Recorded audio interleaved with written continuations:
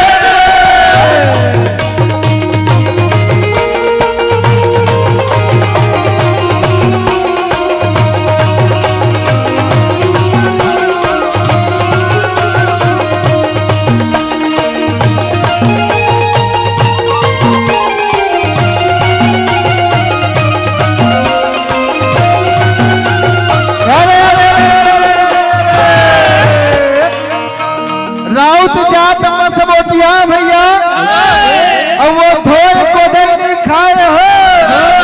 अरे परे जो जड़ के सपेटा तो बोझरी तरी लुकाए हो।